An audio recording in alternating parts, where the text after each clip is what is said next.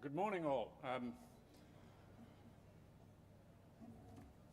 not quite sure that I'll be able to turn the tide, but I'm going to try and provide some ideas on what might change that. To start with, I'm going to put into context the headline 40 million down to 14, because it gives us some indication of what happened, that it was probably not an irrational reaction from industry, and what lessons we'll get from that for the future.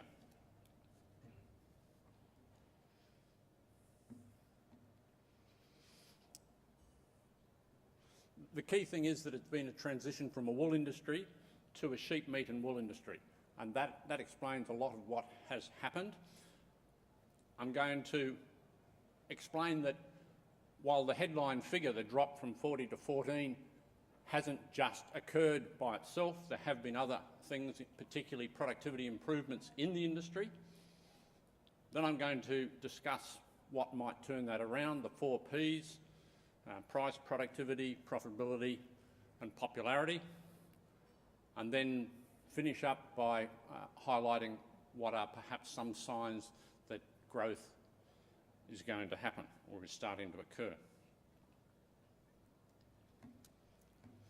This chart shows the change in the flock number in Western Australia, something you're familiar with, and I specifically started this from 1983 to show that there was a period during my employment at the Department of Agriculture when the flock was actually rising. The 1980s were a period of optimism in the wool industry. Prices were high, profitability was good, demand was extreme. It was also a period when the price was underpinned by a minimum reserve price scheme. The end of the 80s saw the end of a period of world economic growth. We had a perfect storm. We had Tiananmen Square, the breakup of the Soviet Union, and demand or purchases of wool from China slowed. As the price dropped at the end of the 80s, the Australian Wool Corporation, which was running a minimum reserve price scheme, had to start buying more and more of the wool.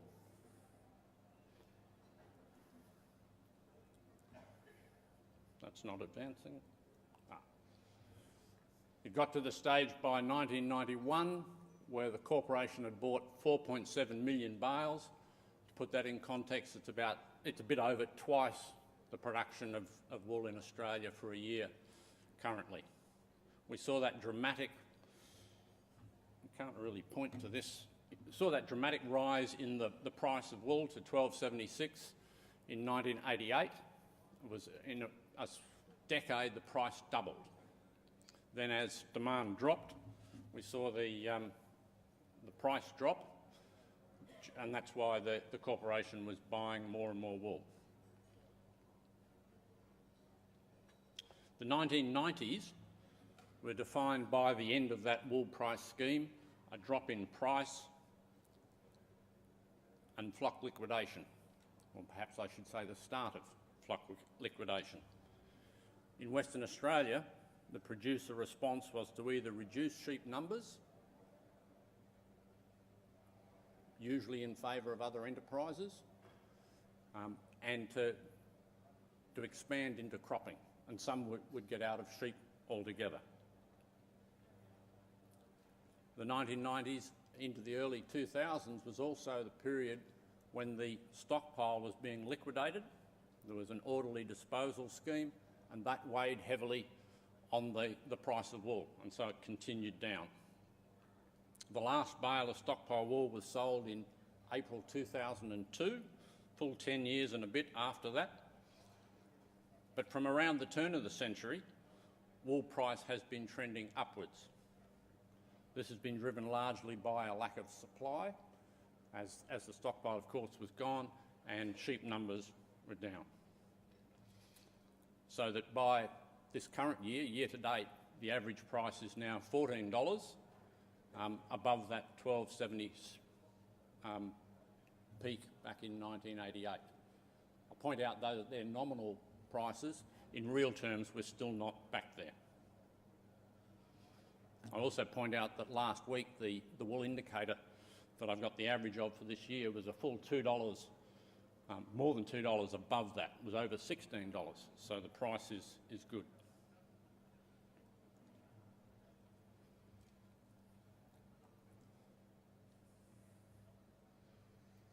The 1990s was also the time when the lamb meat industry was born. Prior to the 1990s, the lamb industry was largely a byproduct of a wool industry. There was slow production growth, it had a poor reputation, and consumption was falling.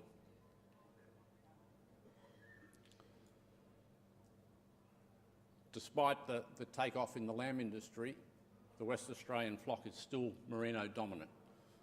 Something like 80% of the breeding ewes are merino. Another small proportion or biggest sector of the rest are first cross, and then there are some maternal meat breed and of course some shedding, but they're by far the minority, and they remain the minority to today. The transfer to a lamb industry, or the uptake of lamb, is challenging in Western Australia. We have a Mediterranean climate with a short green feed window.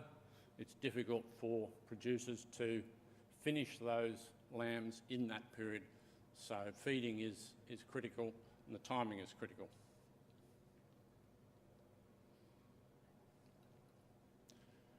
Over the last decade, perhaps 2 decades, lamb meat prices have been growing and have been very strong. In fact, MLA have pointed out that sheep meat, or lamb, is the only main commodity produced in Australia that has had real growth in price over the last couple of decades.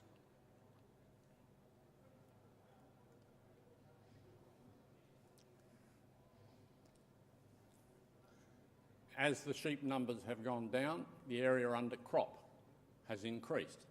Remember that most of the sheep in Western Australia are on farms that are both cropping and grazing. The area since 1990 under crop has gone up by 40%, so there's been an increased emphasis on cropping. The consequences of an increase in cropping, the reduction in sheep numbers, particularly on those farms that have completely destocked, is that they removed fences, removed watering points. Sheep facilities have deteriorated, particularly yards and sheds for shearing. The consequence of increasing cropping has been a bigger investment, and with it debt in machinery, and that tends to ratchet up the reliance on cropping and makes it that much more difficult to go back to sheep, because those expensive pieces of machinery have a debt that needs to be repaid. And for those farms that have completely destocked, there's also the problem that they no longer have sheep as an option for weed management, which is a problem when herbicide resistance rears its head. They also lose out on price risk management. They don't have the extra product for those poor seasons when the sheep will still produce a wool clip even if the crop's not there. And if they have no sheep and the crop fails, it can't even be converted to stock feed.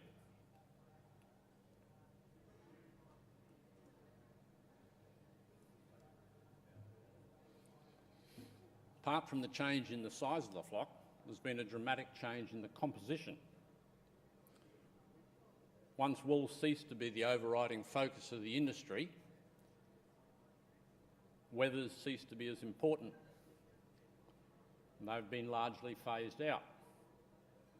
Conversely, with lamb production as an important component of the farm income, reproduction, producing more lambs, has been increasingly important. As a wool enterprise, you only need to produce enough offspring to replace culls and losses. When those lambs become a product, or shippers at 18 months become a key product, then you need to produce more, and the more you produce, the more money you make. In 1990, there were just over 17 million ewes. Today, it's a touch over 8. What's particularly interesting is that from those 8 million ewes, we are now slaughtering more lambs, producing more lambs, about 2.5 million per year, 1 million more than we were able to process when we had 17 million ewes. The focus has completely changed. Conversely, back in 1990, there was about 12 million wethers in the flock. Today, we couldn't scratch together 1 million. Lamb has also, of course, become a key component, a major component of the flock, largely because when the statistics are collected in the middle of the year, there's plenty of them on the ground to count. Later in the year, when they've been sold, there's fewer.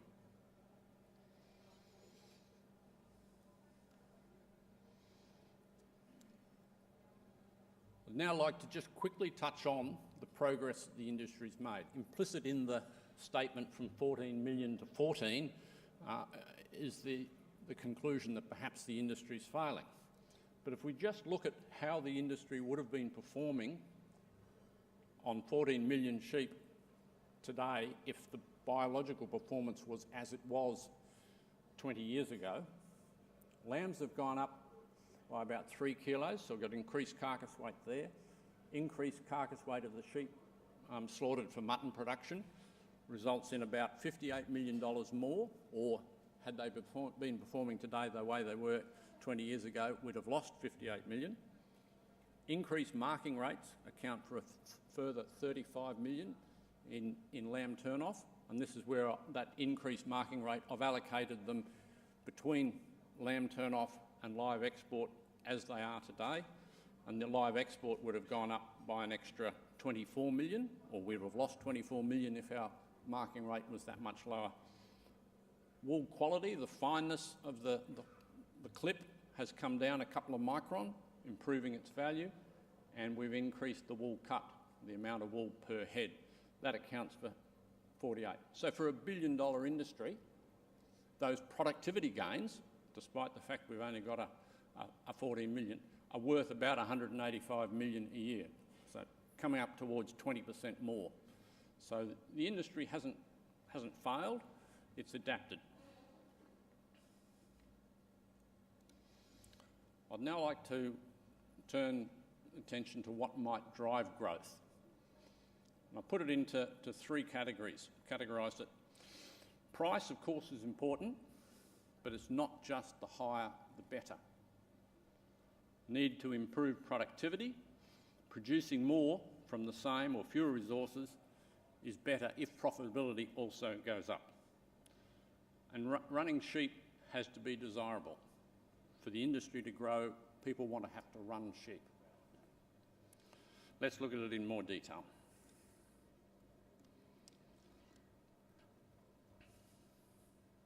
Good commodity prices are important.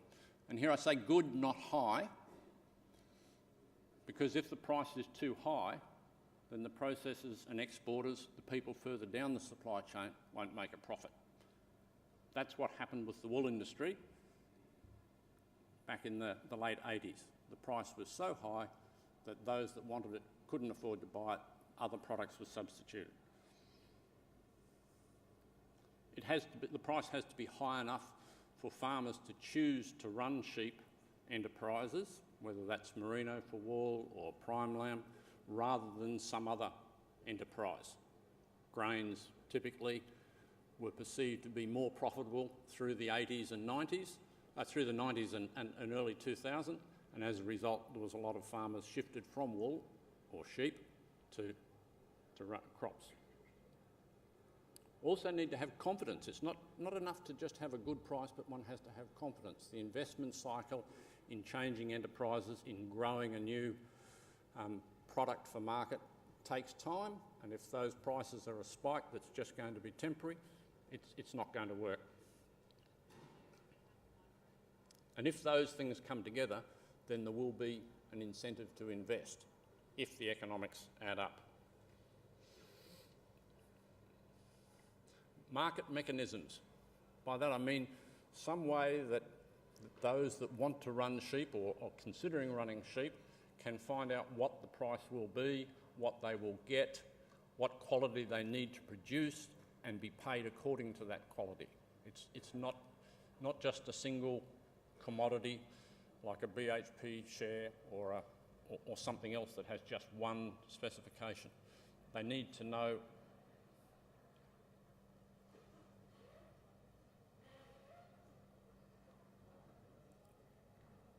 forward pricing is a component of that, and understanding what price somebody will pay, knowing that for the future. Take the example of a light lamb. At the end of the year, after harvest, the farmer is weighing up the decision whether to get rid of those light lambs, sell them to a feeder, sell them for the light lamb air freight job to the Middle East, or whether they'll forego the holiday with the family, stay around, cart water, cart feed, look after the animal health of that sheep, grow it through to 18 months, produce a good value shipper. They need to know what the price will be for that 18-month-old shipper 12 months hence, so they can make a decision whether it's worth the cost, it's worth the risk of carrying that lamb through the summer and what impact it has on their stock. Unless they've got the confidence that yes, in 12 months' time, in 18 months' time, that animal will have a price that pays for their cost, then it's an easy decision to say, no, I'll get rid of it now, I won't wear those risks, and the shippers lose out. They haven't got the best out of that lamb probably because it could grow more, they pass that to somebody else. So forward pricing mechanism, something that will give them confidence, is important. Out of season production. Because of the nature of our production cycle, a lot of the lambs will come to market at one time of the year. There's a supply glut. The processing industry, the exporting industry to a certain extent, would prefer that production was spread over the year. But it costs more to produce those lambs out of season.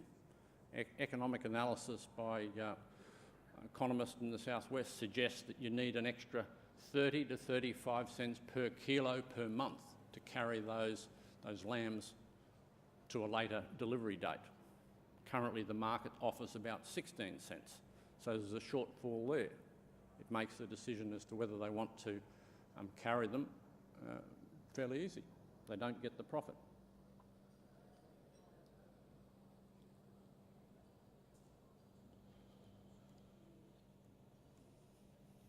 Having trouble with this button.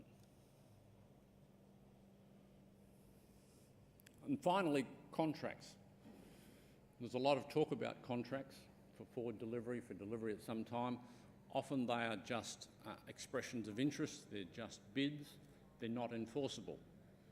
It would be good for the sheep meat industry, for the live shipping, if there were contracts, I believe, that were enforceable, that could be used to give confidence of the delivery. It works both ways. While preparing this talk, I had a call from a ex-DAFWA economist who's now a wife of a farmer who'd been offered a 3-year contract to buy their entire wool clip. Been given what was probably a good price, but she was dithering over whether it was enough, whether the price was going to go up. So even when a good price is offered, human nature comes in. So I'm not saying contracts are easy. I'm not saying that the uptake will be universal, but it's important. Improving productivity and profitability. Growing the farm flock.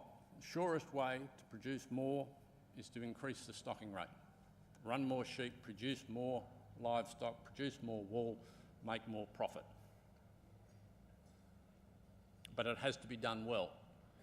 As you increase the stocking rate, as you put more pressure on the system, management becomes more important. The timing of every decision is critical. Getting them wrong is a problem. Past practice has been to set the stocking rate at a low stocking rate, something to handle a poor season. That way they think that if the season's poor, they'll still carry those stock. The reality is that even in the poor seasons, they end up destocking. Better that they run at a higher stocking rate, produce more in each year, waste less of the feed, but have an exit strategy, have a way planned and put it into practice, not just have it and hope that things are going to change, so that they can handle those poor seasons. To run more sheep, not only has management got to be better, we've got to make use of the equipment that's available. There are new machines, machinery, practices that are helping farmers handle more sheep. It's a hands-on job. They need to be able to handle more sheep with less hands-on.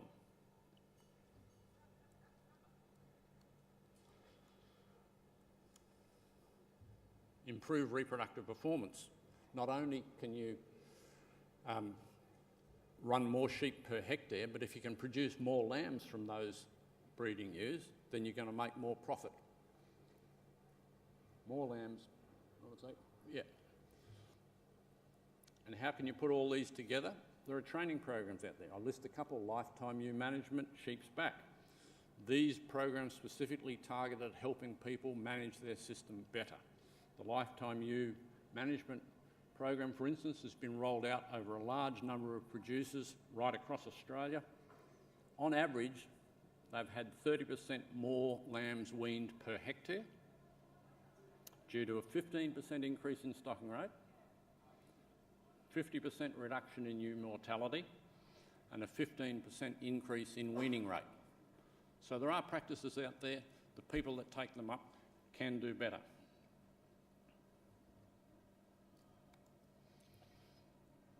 And when they do better, we get better animal welfare outcomes.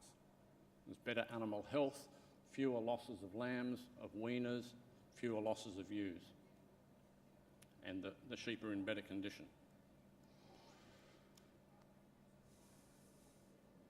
It's also important, as I said before, the majority of the sheep are run on mixed farms. There are complementarities to be recognised between running sheep with crops.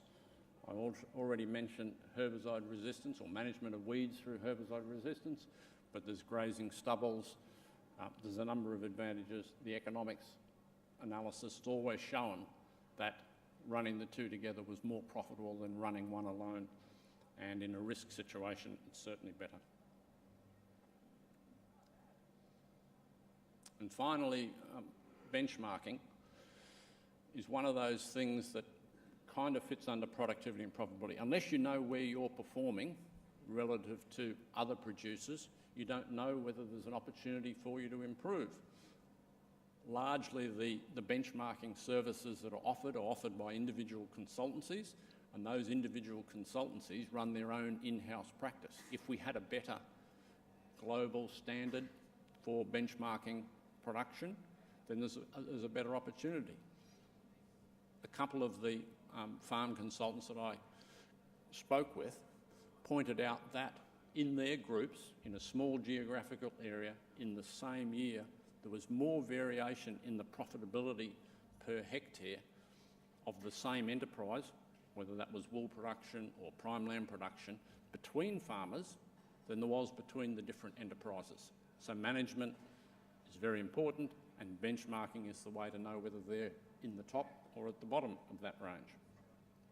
I think it's an opportunity waiting to happen, and I know it won't be easy to implement. Make sheep a desirable enterprise.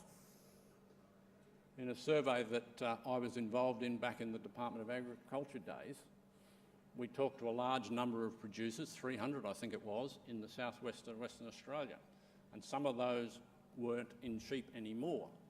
Some of them were only in beef. We asked them, why, or what would it need to do, what will we need to do to get them back into sheep? A large proportion said they don't like running sheep, they have no interest in running sheep, they don't desire to run sheep. They're a lost cause for the industry. We need to turn that around. A lot of the young producers that have left sheep or have only joined the cropping fraternity like machinery, they like the technology.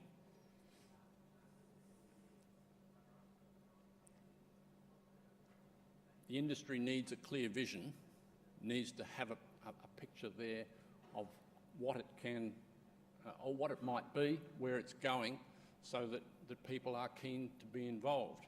And we have the sheep meat industry strategic plan, AWI's equivalent for the wool industry.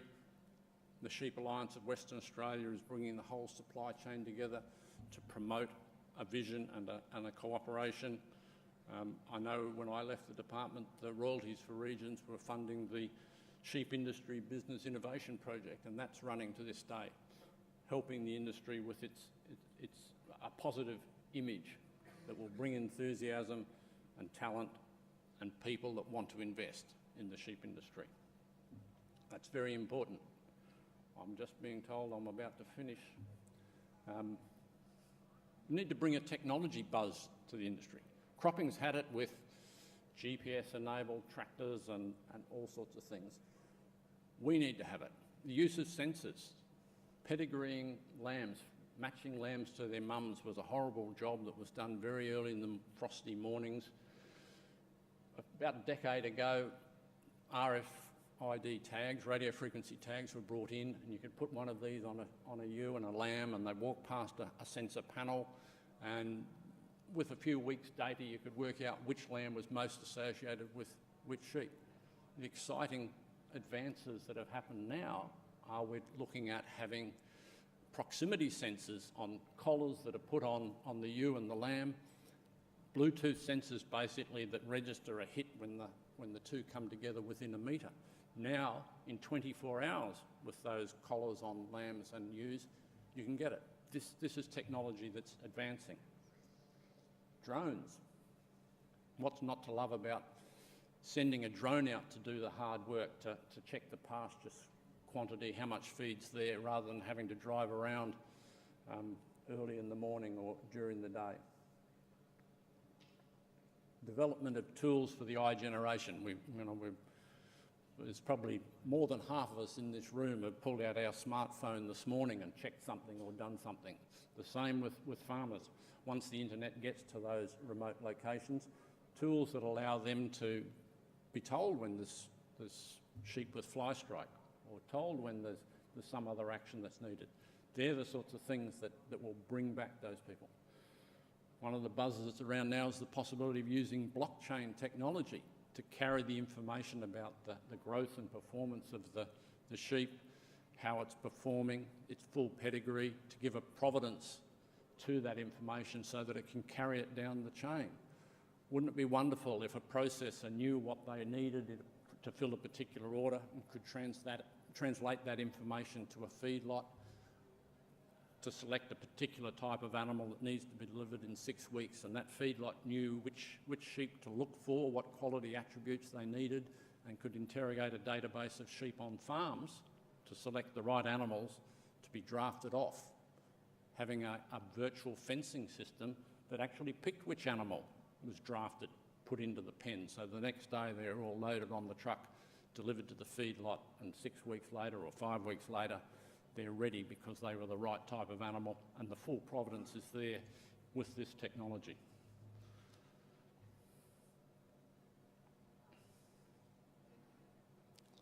And if we bring all of this together, if it all comes to the point where it's profitable, it's attractive, it will create interest and investors will want to come.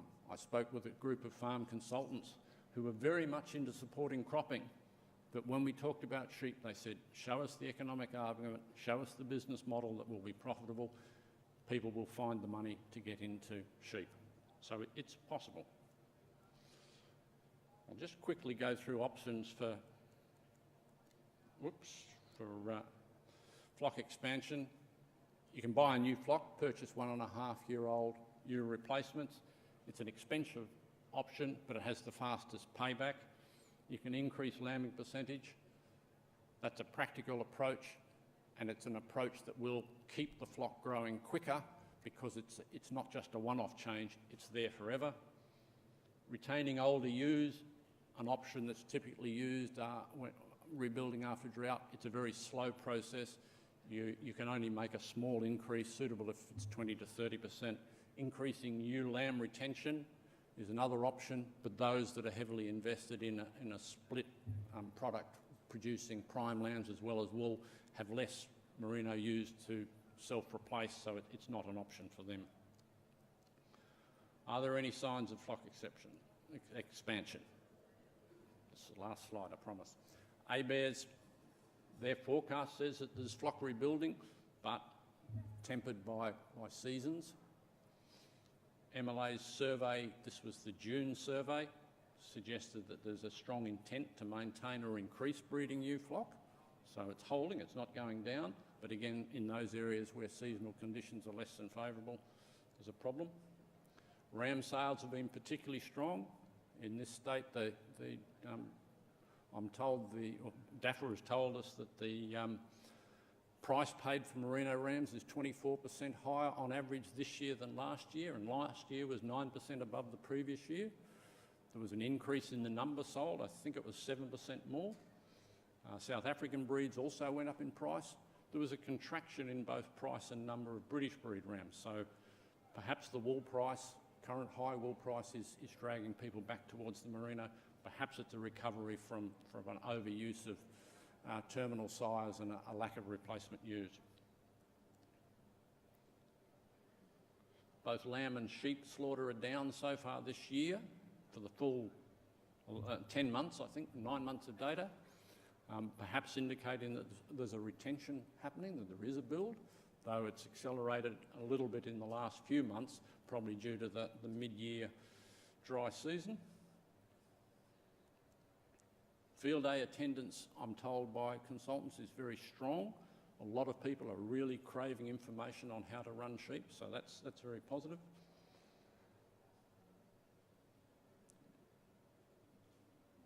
The general consensus from those people I spoke to is that it's the people with a flock that will expand it.